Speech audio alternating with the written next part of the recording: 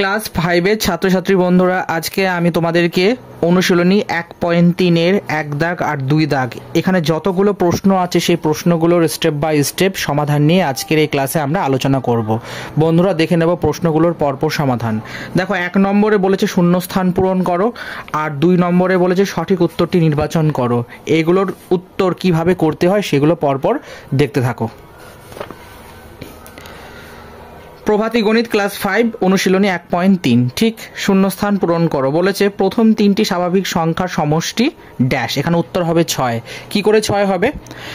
দেখো বলেছে প্রথম 3টি স্বাভাবিক সংখ্যার সমষ্টি মানে প্রথমত আমাদেরকে যোগ করতে হবে। আর প্রথম 3টি স্বাভাবিক সংখ্যা কি কি? 1 2 3। ঠিক আছে, 1-এর সাথে 2 যোগ করলে কত হয়? 3। আর 3-এর সাথে 3 যোগ করলে কত হয়? 6। তার মানে 1 2 3। তার মানে ওদিকে 2 আর 3-এ 5 আর এদিকে 1, তার মানে 6। তার মানে প্রথম 3টি স্বাভাবিক সংখ্যার সমষ্টি হচ্ছে 6। এরপরে বলছে পরপর 3টি অখণ্ড সংখ্যার গুণফল সর্বদা ড্যাশ দ্বারা বিভাজ্য হবে। এটা 6 দ্বারা বিভাজ্য হবে। কেন 6 দ্বারা বিভাজ্য হবে জানতে চাইলে এক্ষুনি কমেন্ট বক্সে কমেন্ট করে জানাও। দেখে নেব 3 নম্বর কোশ্চেনটি সমাধান। বলছে একটি ভাগ অঙ্কে ভাজ্য 39, ভাগশেষ 7 ও ভাগফল 7 ও ভাগশেষ হচ্ছে 4 হলে ভাজক কত? উত্তর হবে 5। কি করে 5 হবে সেটার ব্যাখ্যা দেখে নাও। ভাগের নিয়ম অনুসারে মানে ভাগ করার যে রুল সেটা কি বলছে? ভাজ্য ইকুয়াল টু ভাজক ইন্টু ভাগফল প্লাস ভাগশেষ। এটাকে বলা হচ্ছে রিমাইন্ডার থিওরাম। ঠিক আছে, এখানে ভাজ্য কত বলে দেওয়া আছে? 39, তাই বসিয়ে দিলাম। ইকুয়াল টু ভাজক থাকলো গুণ, ভাগফল কত বলে দেওয়া ছিল? 7, বসিয়ে দিলাম। যোগ ভাগশেষ কত বলে দিয়েছে? 4, বসিয়ে দিলাম। এবার পুরোটাকে আমি কি করছি? ডান দিকে সংখ্যাগুলোকে বাঁ দিকে লিখছি আর বাঁ দিকে সংখ্যাগুলোকে ডান দিকে লিখছি। এটা কি আছে? যোগ 4 আছে। যদি এটা আমি এদিকে লিখি মানে পুরো সংখ্যাটাকে প্রথমে যদি আমি এভাবে লিখি যে ভাজক ইন্টু 7 যোগ 4, তাহলে এখানে কি হচ্ছে ব্যাপারটা? প্লাস 4 আছে। তার মানে এটা বাঁ দিকে যদি প্লাস 4 থাকে তাহলে ডান দিকে -4 হবে। দেখো 39 -4 লিখেছি বাই এখানে ভাজক ইন্টু 7 ছিল, এটা গুণ আকারে ছিল, ডান দিকে গিয়ে কি হলো? ভাগাকার হলো। এবার 39 থেকে 4 বাদ দিলে কত হচ্ছে? 5। আর নিচে 7 ছিল, 7 লিখে দিলাম। এবার 7 দিয়ে 5 মানে 35কে যখন মানে করবে ভাগ করবে দেখবে 5 হচ্ছে উত্তর। তাহলে ভাজক ইকুয়াল টু কত হচ্ছে? 5। তার মানে 39 থেকে 4 বাদ দিলে হচ্ছে 35, 7 ছিল, 7 লিখে দিলাম। এবার 7 দিয়ে 35কে 5 7 35, 5 হলো। তাহলে ভাজক ইকুয়াল টু 5। তাহলে শূন্য স্থানে কত বসলো? 5। এইভাবে উত্তরগুলোকে করতে হয়। দেখে নেব বন্ধুরা 4 নম্বর কোশ্চেনটির সমাধান। বলছে 7 গুণিত 5 সমান সমান 5 গুণিত 7। এটি হলো গুণের ড্যাশ নিয়মের একটি উদাহরণ। একদমই তাই বন্ধু, এটা বিনিময় নিয়মের একটি উদাহরণ। বিনিময় নিয়ম মানে কি? যদি এ গুণিত বি হয় আর বি গুণিত এ হয়, দুটো তো ইকুয়াল, মানে ডান দিকেরটা বাঁ দিকে, বাঁ দিকেরটা ডান দিকে, তাহলে এটা কার? এটা হচ্ছে গুণের বিনিময় নিয়মের আর যে সূত্রটা সেটাকে সিদ্ধ করছে। তার মানে এখানে শূন্যস্থানে হবে যে বিনিময় নিয়মের একটি উদাহরণ। দেখে নেব 5 নম্বর কোশ্চেনটির সমাধান। বলছে 59 থেকে 103 পর্যন্ত স্বাভাবিক সংখ্যা আছে ড্যাশটি। এবার এটা বার করার একটা সূত্র আছে। সেই সূত্রটা কি বন্ধুরা দেখে নাও। বলছে প্রথম সংখ্যাকে আমরা এ ধরে নিচ্ছি, শেষ সংখ্যাকে আমরা এল ধরে নিচ্ছি আর পার্থক্য ডি ধরে নিচ্ছি। মানে পার্থক্য মানে হচ্ছে ডিফারেন্স। তাহলে প্রথম সংখ্যা কত ছিল? 49 আর শেষ সংখ্যা কত ছিল? 103 আর পার্থক্য 1। কি করে? এখন প্রশ্ন হচ্ছে তাহলে কি 59 থেকে কি 100-র মধ্যে পার্থক্য 1 হয়? না, ওরকম ভাবলে কিন্তু এই ডিফারেন্স এটা বার করা যাবে না। এখানে যেহেতু বলেছে 59 থেকে 103, তাহলে 59-এর পর 60 আসবে, তারপর 61 আসবে, 62 আসবে। এই যে প্রত্যেকটা ঘরের সংখ্যা, ঠিক আছে, যে স্বাভাবিক সংখ্যাগুলো এগুলোর ডিফারেন্স তো 1 করেই হচ্ছে। দেখো 59-এর পরে 60 কয় ঘর? 1 ঘর। 60-এর পর 61 কয় ঘর? 1 ঘর। এরকম করে সেই একটাকে এখানে লেখা হয়েছে। ঠিক আছে, এবার মোট সংখ্যা নির্ণয়ের জন্য একটা সূত্র হচ্ছে, সেই সূত্রটা হচ্ছে n equal to l minus a by D plus তার সঙ্গে করে 1 যোগ করে দেবে, যেহেতু 1 ঘর করে এগিয়ে যাচ্ছে তাই 1 যোগ করে দিলাম। এবার এখানে দেখো এল আমরা ধরে নিয়েছি কত? 103, তাই বসিয়ে দিলাম। বিয়োগ 59 মানে এখানে এ হচ্ছে 59 লিখে দিয়েছি আমরা। এবার 59 লিখলাম বাই ডি কত? ডি হচ্ছে 1 আর যোগ পাশে 1 ছিল 1 লিখে দিলাম। এইবার পুরোটাকে যখন আমরা সিম্পলিফাই করছি 45, তাহলে উত্তরটা কত হচ্ছে 45। তার মানে 59 থেকে 103 পর্যন্ত স্বাভাবিক সংখ্যা আছে 45টি। কি করে আছে তার পুরো প্রসেসটা আমি এখানে এক্সপ্লেন করে দিয়েছি, ব্যাখ্যা করে দিয়েছি, যাতে তোমরা বুঝতে পারো। আর তার আগে আমি বলতে চাইবো, যদি তোমরা কেউ আমার চ্যানেলে নতুন হয়ে থাকো তাহলে চ্যানেলটাকে সাবস্ক্রাইব করো। আজকের ক্লাসটা যদি ভালো লাগে তাহলে অতি অবশ্যই লাইক করো। এরকম প্রতিনিয়ত প্রভাতী গণিত বইয়ের ক্লাস 5-এর সম্পূর্ণ সমাধান পেতে অনুশীলনীগুলোর চ্যানেলটাকে সাবস্ক্রাইব করে পাশে থাকো। আর আমার বোঝানো বা আমার সমাধান করা কোনো অঙ্ক নিয়ে তোমাদের যদি ডাউট থাকে তাহলে তোমরা আমাকে কমেন্টে জানাতে পারো। আর বন্ধুদেরকে বেশি বেশি করে শেয়ার করো, যাতে তারাও এই ফ্রি ক্লাস থেকে উপকৃত হতে পারে। আমার শুধু আক্ষেপ এতটুকুনি যে তোমরা ভিডিওগুলোকে দেখো বাট তোমরা চ্যানেলটাকে সাবস্ক্রাইব করো না। আর দ্বিতীয়ত হচ্ছে তোমরা ভিডিওগুলোকে ধৈর্য নিয়ে মনোযোগ সহকারে প্রথম থেকে শেষ পর্যন্ত দেখো না। এই কারণেই দেখো না যে আমি ক্লাসে কি বলি না বলি জিনিসগুলো তোমরা বুঝতে পারবে না। আর তোমরা যদি প্রথম থেকে শেষ পর্যন্ত মনোযোগ সহকারে দেখো তাহলে জিনিসগুলো বুঝতে পারবে, কনসেপ্টও ক্লিয়ার হবে।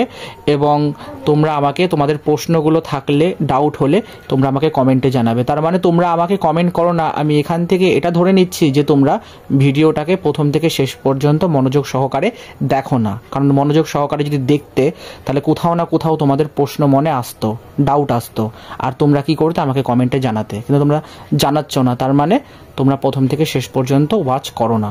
আর আমার রিকোয়েস্ট, তোমরা অতি অবশ্যই প্রথম থেকে শেষ পর্যন্ত দেখো। আমি সব সময় তোমাদের পাশে আছি, তোমরা আমাকে বেশি বেশি করে সাপোর্ট করো। দেখে নেব বন্ধুরা 2 দাগের প্রশ্নগুলোর সমাধান। 2 দাগে বলেছে সঠিক উত্তরটি নির্বাচন করো।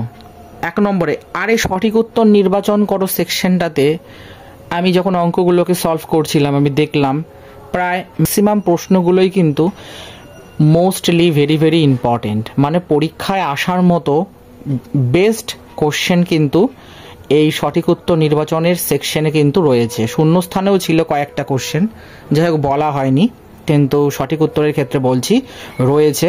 তোমরা অতি অবশ্যই কিন্তু ভালো করে মন দিয়ে দেখবে, কোনো ডাউট থাকলে আমাকে জানাবে।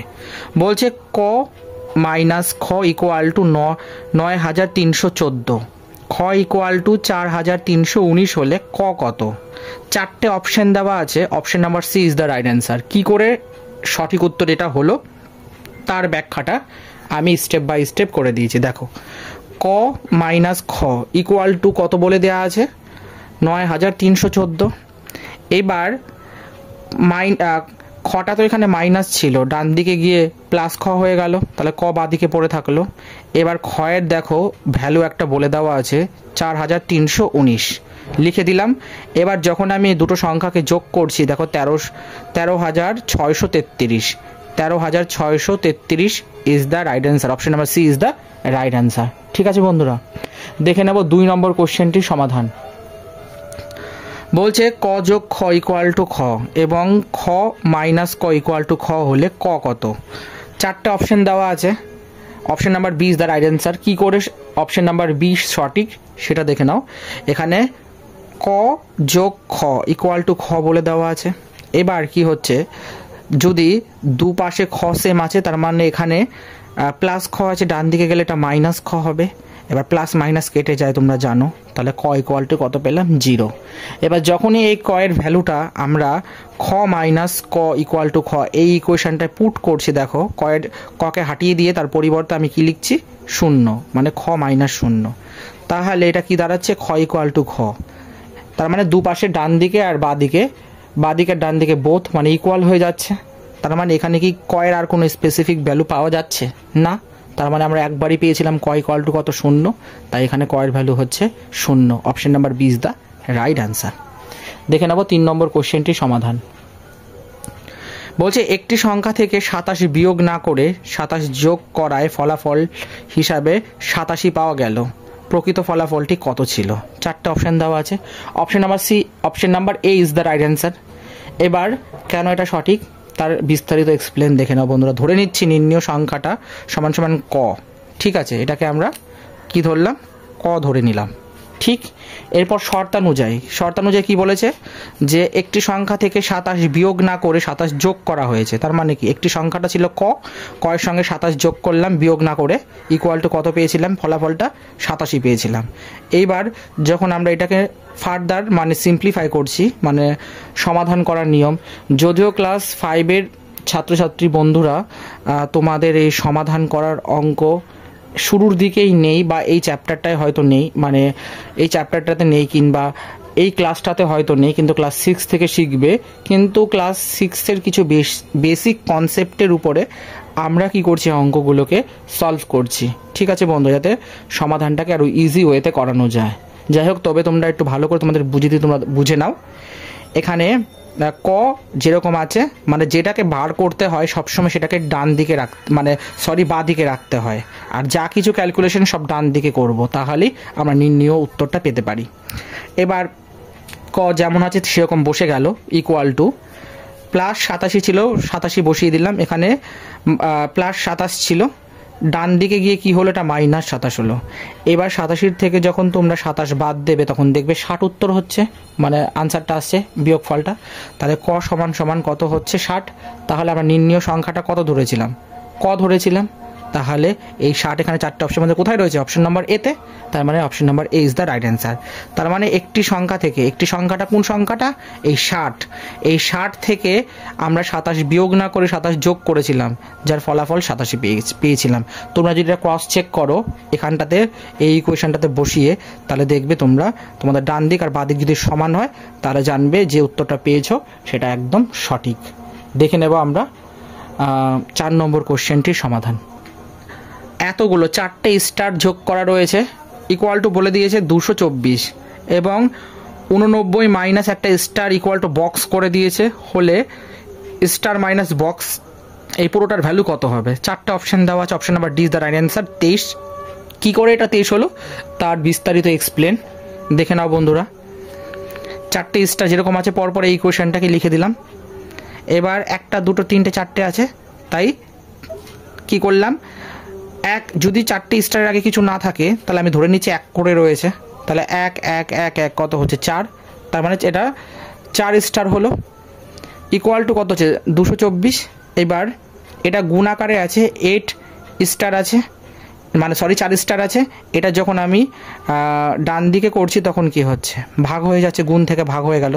4 দিয়ে যখন 224কে আমরা ভাগ করছি বা কাটাকাটি করছি তখন দেখতে পাচ্ছি কত, 56। তাহলে স্টার সমান সমান কত পেলাম, 56। এবার আমাদের বলে দিয়েছে 89 মাইনাস স্টার, 89 মাইনাস স্টারের ভ্যালু কত পেয়েছি, 56। তাহলে বিয়োগ করলে কত পাচ্ছি, 33। যখন স্টার ইকুয়াল টু 56 লিখে দিয়েছি বোঝার সুবিধার জন্য, যে 56টা কোথা থেকে এলো। এরপর বলেছে স্টার মাইনাসে বক্স স্টার সমান সমান কত হবে, স্টার মাইনাস স্টারের ভ্যালু কত জানি আমরা, 56, বিয়োগ এই বক্স ভ্যালু কত পেয়েছি, 33। এবার 56 থেকে 33 বাদ দিলে কত হয়, 23। Option number D is the right answer. আশা করি বুঝতে পেরেছ। দেখে নেব 5 নম্বর কোশ্চেনটির সমাধান। বলছে আজ থেকে 5 বছর আগে অনিক, তারপরে অতীশ ও অভিকের মোট বয়স ছিল 48 বছর। আজ থেকে 5 বছর পরে তাদের 3 জনের মোট বয়স কত হবে। 4টে অপশন আছে। অপশন নম্বর এতে বলেছে 53 বছর, বিতে বলেছে 63 বছর, সিতে বলেছে 68 বছর, আর ডিতে বলেছে 78 বছর। Option number D is the right answer. কী করে রাইট অ্যান্সার তার বিস্তারিত সমাধান দেখে নাও বন্ধুরা। ধরে নিচ্ছি 3 জনের বর্তমান বয়স যথাক্রমে ক, খ, গ। ঠিক আছে। আজ থেকে 5 বছর আগে তাদের মোট বয়স ছিল 48 বছর, অর্থাৎ কয়ের থেকে আগে বলেছে, তাই কয়ের থেকে 5 বাদ হচ্ছে যোগ, ক্ষয়ের থেকে 5 বাদ হচ্ছে যোগ, গয়ের থেকে 5 বাদ হচ্ছে, আর টোটালটা কত হয়েছে 48। এবার এখানে দেখো প্লাস ক প্লাস খ প্লাস গ, একদিকে লিখলাম -5 -5 -5, 3টে যোগ করলে কত হচ্ছে -15 ইকুয়াল টু 48। এবার প্লাস না ক প্লাস খ প্লাস গ ইকুয়াল টু কত পেলাম, -15টা ডান দিকে গিয়ে কী হলো +15। এবার 48-এর সাথে 15 যোগ করলে কত হয় 63।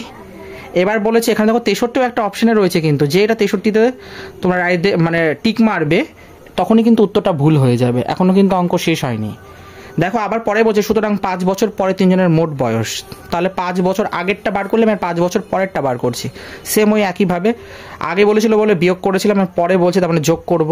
তার মানে ক প্লাস 5 প্লাস খ প্লাস 5 প্লাস গ প্লাস 5 ইকুয়াল টু কত হচ্ছে, দেখো ক প্লাস খ প্লাস গ ইকুয়াল টু কত হচ্ছে 15। এবার এই ক প্লাস খ প্লাস গ এর আমরা একটা ভ্যালু জানি, কত জানি 63। এ দেখো লিখে দিচ্ছি, যেহেতু ক প্লাস খ প্লাস গ ইকুয়াল টু 63, তাহলে এইটাকে সরিয়ে দিয়ে ক প্লাস খ প্লাস গকে সরিয়ে দিয়ে আমি 63 লিখবো, যোগ 15 ছিল 15 লিখে দিলাম, ইকুয়াল টু কত হচ্ছে 78। এই 78 বছর, option number D is the right answer. আশা করি বন্ধুরা বুঝতে পেরেছ। দেখে নেব 6 নম্বর কোশ্চেনটির সমাধান। ক যোগ খ ইকুয়াল টু 48, ঠিক আছে, এবং ক মাইনাস খ ইকুয়াল টু 26 হলে ক এর ভ্যালু কত?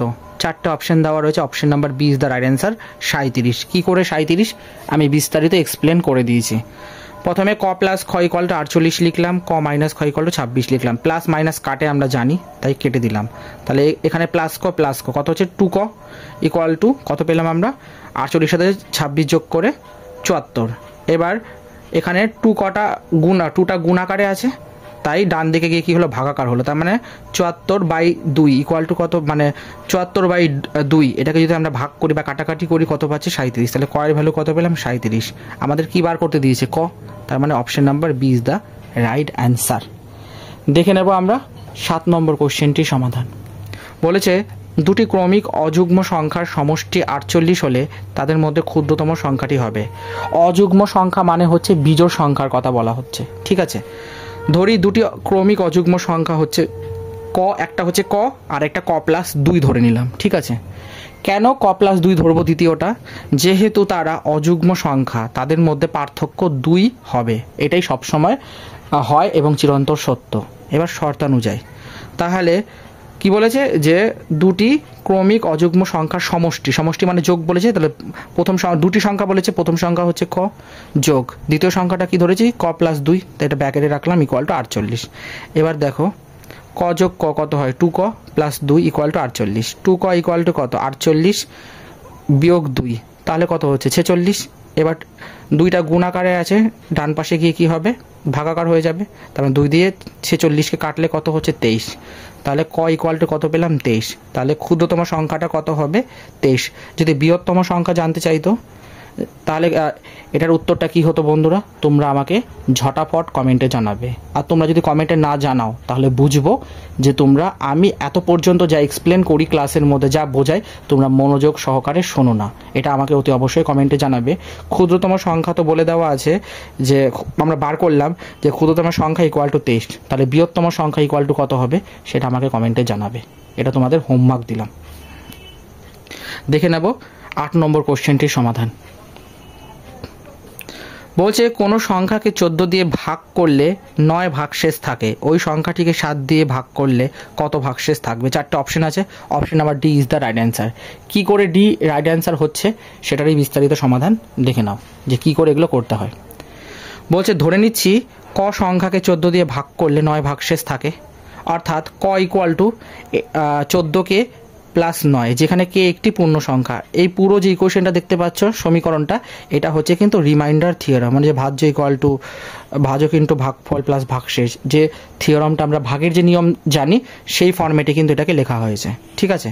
এবার ককে যদি 7 দিয়ে ভাগ করলে 14কে আর 7 দিয়ে নিঃশেষে ভাগ হবে, অর্থাৎ 7 দিয়ে যখন 14কে ভাগ করব দেখবে আমরা কিন্তু কোনো ভাগশেষ পাচ্ছি না, ঠিক আছে। তার মানে এটা তো হবেই না।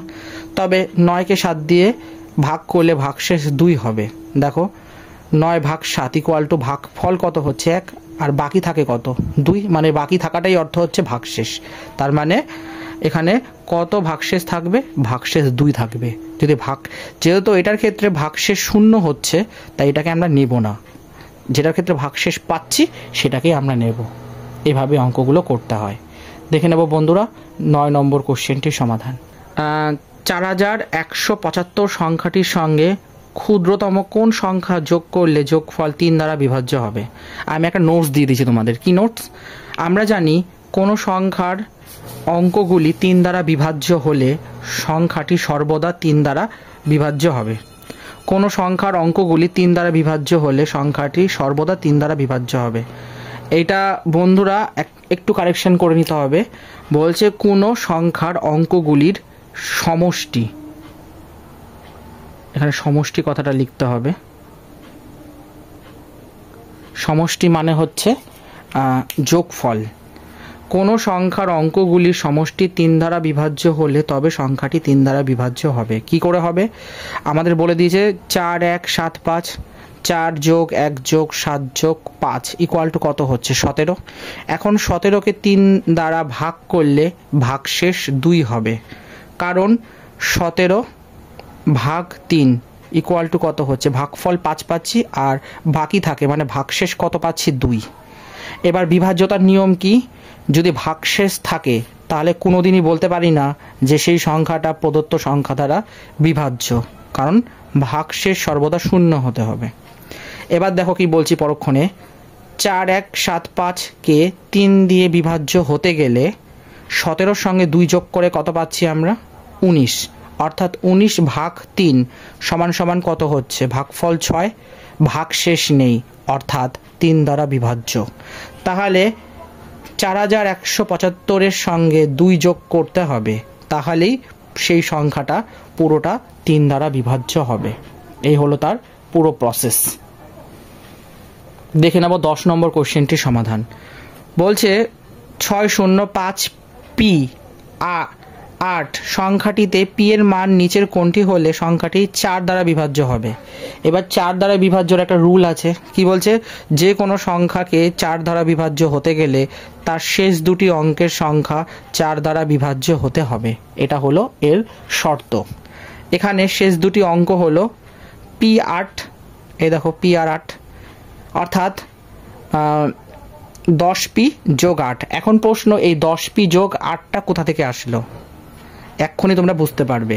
যদি p ইকুয়াল টু 2 ধরি, তাহলে 10-এর সঙ্গে 2 গুণ করলে কত? 10 গুণিত 2 হচ্ছে, যোগ 8, তাহলে কত হচ্ছে? 28, যা 4 দ্বারা বিভাজ্য। তাহলে সুতরাং p এর ভ্যালু কত হচ্ছে? p ইকুয়াল টু 2 হবে। তাহলে option number C is the right answer. এবার প্রশ্ন ছিল যে 10p যোগ 8টা কোথা থেকে আসলো? নোট দিয়ে দিয়েছি তোমাদের। যেহেতু p একক অঙ্ক এবং 8-এর দশক, অর্থাৎ 10p যোগ 8 হচ্ছে। আমরা যে একক দশক করে বলি না, তার মানে p হলো একক। যদি আমরা এটাকে এখান থেকে দেখি একক দশক, যদি এভাবে উল্টোভাবে আর কি রিভার্স করি, মানে আমরা কি এতদিন ধরে শিখে এসেছি ডান দিক থেকে বাঁ দিকে যেতে হয় একক দশক শতক করে, এটা উল্টো। মানে p যদি একক অঙ্ক হয় এবং 8-এর দশক হয়, ঠিক আছে, তাহলে আমরা 10p যোগ 8 লিখতে পারি। তাহলে option number C is the right answer. এইভাবে অঙ্কগুলোকে সলভ করতে হয়। লিখে নেব বন্ধুরা 11 নম্বর প্রশ্নটির সমাধান। বলছে আমি মনে মনে একটি সংখ্যা ভাবলাম, তুমি সেই অজানা সংখ্যাটির 5 গুণের সাথে 5 যোগ করে 55 পেলে। বলো দেখি আমি মনে মনে কোন সংখ্যা ভেবেছিলাম? 4টে অপশন দেওয়া আছে। Option number D is the right answer. 10 কি করে এলো তার পুরো এক্সপ্লেনেশন। ধরে নিচ্ছি ভাবা সংখ্যাটি ইকুয়াল টু ক, শর্তানুযায়ী বলেছে আমি যে সংখ্যাটা ভেবেছি সেই সংখ্যাটি 5 গুণের সঙ্গে, সংখ্যাটির 5 গুণের সঙ্গে, তার মানে আমি যে সংখ্যাটা ভেবেছি সেই সংখ্যাটা জানি না, তাই সাথে ক লিখলাম। সেই সংখ্যাটার 5 গুণের সঙ্গে 5 যোগ করছি, যেটার ফলাফল 55 পেয়েছি। তাহলে 5 ক ইকুয়াল টু 55 প্লাস 5 ছিল, ডান দিকে গিয়ে হলো বিয়োগ 5 ইকুয়াল টু 50। এবার 5 ক মানে 5টা গুণাকারে ছিল, ডান দিকে গিয়ে গেলো ভাগ হয়ে গেল, তার মানে 5 10 50, তাহলে ক ইকুয়াল টু 10। তাহলে ভাবা সংখ্যাটা কত ছিল? ক। তার মানে আমি যে সংখ্যাটা মনে মনে ভেবেছিলাম সেই সংখ্যাটা ছিল 10, যা কি না ওই সংখ্যাটার 5 গুণের সঙ্গে 5 যোগ করে 55 পাওয়া গেল ফলাফল বা যোগফল। এবার এই যে টাইপের যে প্রসেসটা, এইটাকে অ্যাকচুয়ালি সমাধান করো বা এইগুলোকে ইকুয়েশন সলভ ও কিন্তু বলা হয়। এই মেথডটা, এই প্রসেসটা যেহেতু ক্লাস 5-এ নেই, ক্লাস 6 থেকে তোমরা শিখবে, কিন্তু তোমাদের বইয়ের অনুশীলনীর কোশ্চেনের রেসপেক্টে যেহেতু ওনারা ক বা খ কিংবা গ ধরে অঙ্কগুলোকে করাচ্ছেন বা প্রশ্নগুলোকে সেট আপ করেছেন, তার রেসপেক্টে আমরা কিন্তু এই অঙ্কগুলো সলভের ক্ষেত্রে ক্লাস 6-এর এই নিয়মটাকে কিন্তু ব্যবহার করতে পারি। ঠিক আছে বন্ধুরা, সুতরাং এইভাবে করলে কিন্তু পরীক্ষায় কোনো মার্কস কাটা যাবে না। ঠিক আছে বন্ধুরা, তাহলে আজকের এই ক্লাসে আমি 1 নম্বর দাগে শূন্যস্থান পূরণ করো আর 2 নম্বর দাগে সঠিক উত্তরটি নির্বাচন করো। টোটাল ওইদিকে ছিল 5টা আর এদিকে ছিল 11টা, তার মানে 16টা অঙ্ক আজকের এই ক্লাসে আমরা সম্পূর্ণ করলাম। ঠিক, এটার নাম দেব আমি, ক্লাসটার নাম দেব আমি পার্ট 1। ঠিক আছে, তোমরা অতি অবশ্যই একটু কষ্ট করে দেখে নেবে। আর পার্ট 2তে এর যে অঙ্কগুলো পড়ে রয়েছে 3 নম্বর থেকে, যে ফাঁকা ঘরে উপযুক্ত সংখ্যা বসাও, সেই অঙ্কগুলো নিয়ে আর তার পিছনের অর্থাৎ 4 দাগে আরও বেশ কিছু মানে নিচে সমস্যাগুলি সমাধান করো। তো এই দুটো সেকশনের আরও বেশ কিছু অঙ্ক রয়েছে, সেই প্রশ্নগুলো সমাধান নিয়ে আমরা পার্ট 2তে আলোচনা করব। তাহলে আজকের মতো বন্ধুরা আমি এখানেই বিদায় নিলাম। পরের ক্লাসে তোমাদের সাথে আমার আবার দেখা হবে। তোমরা অঙ্কগুলোকে মনোযোগ সহকারে প্র্যাকটিস করো। যদি বুঝতে কোনো অসুবিধা হয় তাহলে অতি অবশ্যই আমায় কিন্তু কমেন্টে জানাবে। আর আমি আজকের এই ক্লাসের মাঝখানে কিন্তু একটা প্রশ্ন রেখেছি, ঠিক আছে? আর সেই প্রশ্নটার উত্তর কি হবে সেটা কিন্তু আমি কমেন্টে দেখতে চাই এবং জানতে চাই। অতি অবশ্যই তোমরা আমাকে কমেন্টে জানাবে। যদি কমেন্ট না করো তাহলে আমি বুঝবো তোমরা ক্লাসটা প্রথম থেকে শেষ পর্যন্ত মনোযোগ সহকারে দেখোনি, আর না দেখলে উত্তর দেবে কি করে। আর এটা কিন্তু হোমওয়ার্ক হিসেবে দিয়েছি। আমি এইটুকু দেখতে চাই যে তোমরা আমার ক্লাস কতটা অ্যাকসেপ্ট করছো আর কতটা মনোযোগ সহকারে দেখছো। যাই হোক বন্ধুরা, তাহলে আজকের মতো আমি এখানেই সমাপ্ত করলাম। চলো, টাটা।